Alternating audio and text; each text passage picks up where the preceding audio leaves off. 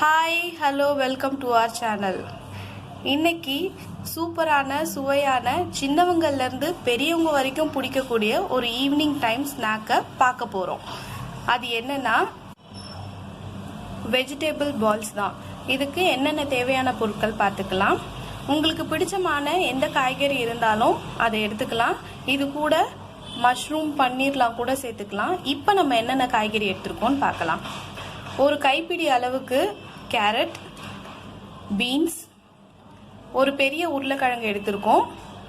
ஒரு கைப்பிடி இல்லை 2 கைப்பிடி அளவுக்கு கோஸ், கொஞ்சமாக காலிஃப்ளவர், கடலை மாவு 1 கப், அரிசி மாவு 1/2 கப், 1/2 டேபிள் ஸ்பூன் இஞ்சி பூண்டு விழுது, கொஞ்சமாக கொத்தமல்லி, ஒரு பச்சை மிளகா பொடி பொடியாக நறுக்கிக்கணும், வெங்காயமும் பொடி பொடியாக நறுக்கிக்கணும், தேவையான அளவு உப்பு, 1/2 டீஸ்பூன் கரம் மசாலா, 1/2 டீஸ்பூன் வெறும் மிளகாத்தூள், 1/4 டீஸ்பூன் மஞ்சள் தூள், தேவையான அளவு தண்ணீர்.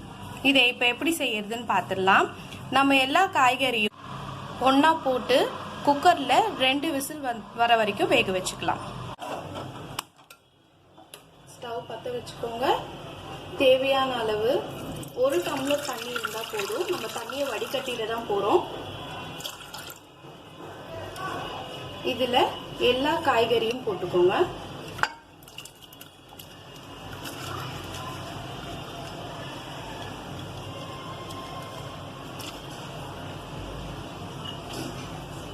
தேவையான அளவு உப்பு போட்டு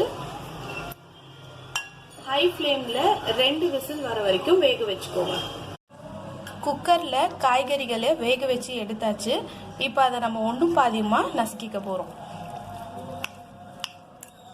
ஏன்னா அப்போ தான் வெஜிடபிள்ஸ் பால்ஸ் கடிக்கும் போது நம்மளுக்கு காய்கறி ஃபீல் பண்ணுவோம்.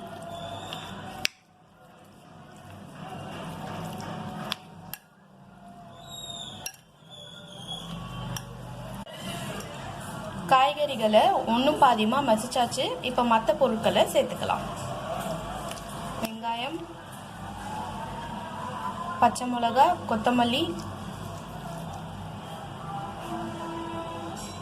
நம்ம எடுத்து வச்சிருந்த மசாலா ஐட்டம்ஸ், மஞ்சள் தூள், மிளகாய் தூள், கரம் மசாலா, உப்பு,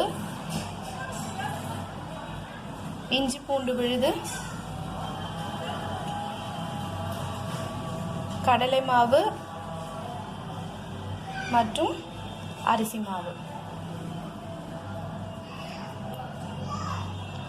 இதை எல்லாத்தையும் சேர்த்து பிசைஞ்சு உருண்டை பிடிக்கிற அளவுக்கு எடுத்துட்டு வரணும்.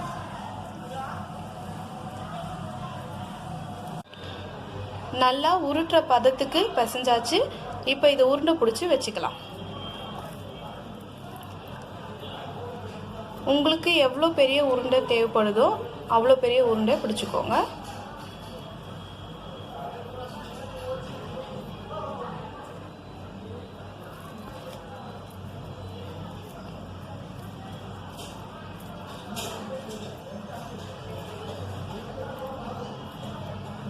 இதை இப்போ நல்லா டீப் ஃப்ரை பண்ணி எடுத்துக்கலாம். இப்போ இது எல்லாத்தையும் உருண்டை பிடிச்சாச்சு.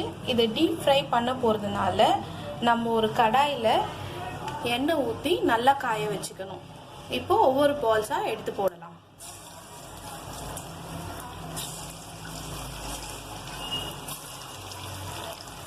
இது நல்லா கோல்டன் ப்ரௌன் வந்த அப்புறம் எடுத்து சர்வ் பண்ண வேண்டியது தான்.